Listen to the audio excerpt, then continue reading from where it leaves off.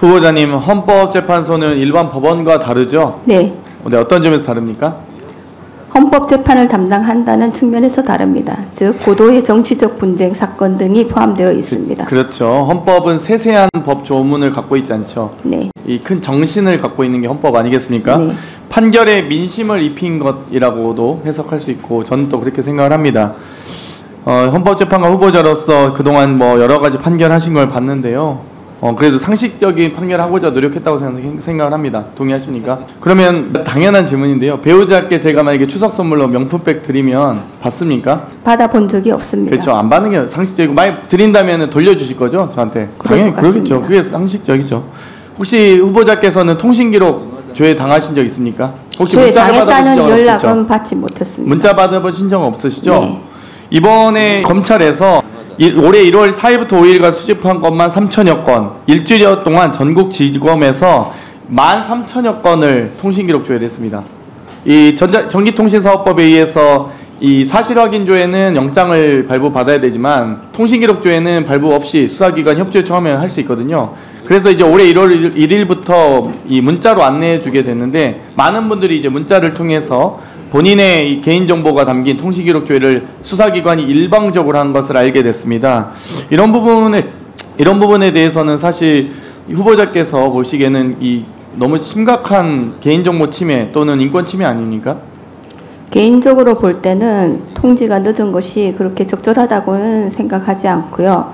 다만 관련 법령 규정에 따라서 이루어졌을 것으로 추측하기 때문에 그렇다면 그 제도의 문제점도 있지 않을까 그렇게 생각합니다.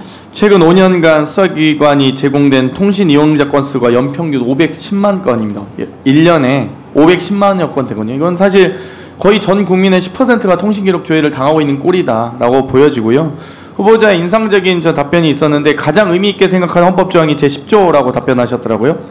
인간의 국민의 행복주권과 또 국가는 개인이 가지는 불가침의 기본적 인권을 확인하고 보장할 의무를 진다는 것 아니겠습니까? 국가가 그러면 개인의 인권을 보장하기 위해서 존재하지 개인의 인권을 침해하기 위해서 존재하면 안 되겠죠. 네. 물론 범죄 혐의로서 많은 어떤 국가에 소속된 국민들의 피해를 최소화하는 것도 국가의 책임일 것입니다. 네. 그러면 당연히 주가 조작이나 이런 부분들도 당연히 문제 아닙니까? 다른 소액 주주나 개미 투자자들의 이 권익을 침해하는 것이니까요. 네. 근데 이거 전혀 수사도 안 하고 이런 부분은 과연 이게 공정한 수사, 국민으로서의 권리를 다 하고 있는 것인지 의문인데요. 거기에 대해서 의문이 있으시지 않으세요?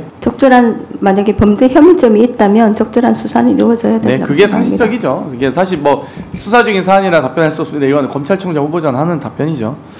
이번에 그 이명박 박근혜 전 대통령에 대한 유죄 판결 잘 아실 겁니다. 거기에 대해서는 동의하시죠? 이게 판결의 네, 유죄가 선고된 것에 취지는 존중합니다. 그렇죠. 그러면 박근혜 대통령 탄핵 심판에 대해서도 지금 다른 존경하는 송 의원님 또 질문하셨던데 이 탄핵의 사유가 핵심은 사실 헌법소의 의지가 없다는 건 아니겠습니까? 결론적으로 딱 한 문장으로 얘기하면? 네, 그렇게 표현할 수도 있겠습니다. 이 대통령의 거부권은 이 대통령제는 물론 미국에서 유래한 제도이기도 합니다만 거부권은 결국 이 행사에 대해서 어떻게 이제 해석이 되느냐에 대한 뭐 법률적 논쟁이 있는 것 같습니다. 미국은 이 법률안 발의권이 없죠. 정부 제출 권한이 없지 않습니까? 네. 그렇기 때문에 이 국회의 입법 권한에 대한 견제권으로서 대통령의 거부권이 존재합니다. 이건 다 저희가 정치학 시간이나 법학 시간에 다 배웠던 거거든요. 그런데 지금 김철수 교수님께서 헌법학 교수님이시잖아요. 이 대통령 이 거부권은 행정부가 법률안 거부권을 갖고 있지 않은 미국에 한해서 인정하고 있는데 우리나라는 이 대통령의 그러니까 행정부의 법률 입법권을 있으면서도 거부권을 함께 인정하고 있어서 입법권에 대한 견제 정도를 넘어 상당한 위협이 되고 있다라고 헌법학 신론에 적고 있고 계시고요. 허영 교수님께서는 한국헌법론에서 법률안 거부권까지 인정한다는 것은 대통령의 지나친 법률 제정 관여를 초래해서 역기능이 크게 나타날 위험이 있고 거부권이 자제되어야 한다라고 적고 계십니다. 권영선 교수님께서는 헌법학 원론에 정당한 이유가 없는 법률안 거부권의 남용은 탄핵 소추의 사유가 된다고 적고 계십니다. 여기에 대해서 어떻게 생각하십니까? 이론적으로 그런 이론들은 충분히 있을 수 있다고 생각합니다. 박근혜 대통령 탄핵 심판 당시에 중대성 여부에 대한 판단 청구 판결문이 있습니다. 피청구인의 위헌 위법 행위는 대의민주주의 원리와 법치주의 정신을 훼손했다.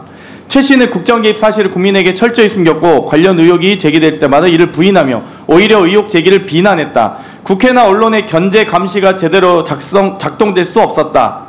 피청구인이 보여준 일련의 언행에서는 헌법소 의지가 드러내지 않는다.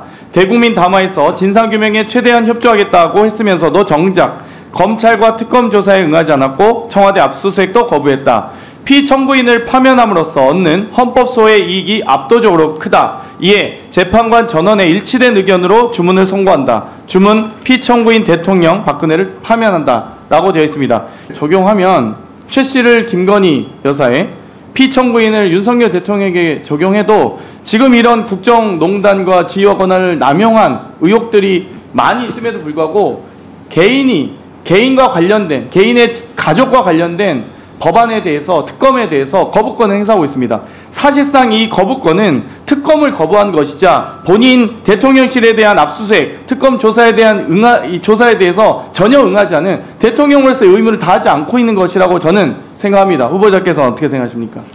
아까 오전에도 언급된 부분인데 대통령의 제2요구권은 헌법에 규정되어 있는 것이고 헌법에는 그 제2요구권의 행사에 대한 특별한 제한 규정이 없습니다. 그렇죠. 다만 다수 의견처럼 기본권의 그 제2요구권의 행사에도 내재적 한계가 있다라는 것이 다수 의견으로 속하고 그 다수 의견에서 표현되는 기본권 그 내재적 한계가 무엇이냐에 대해서는 그러면 짧게 질문드리겠습니다. 김건희 여사는 국정 운영권이나 국정 개입이 가능합니까? 권한이 있습니까? 권한은 없습니다.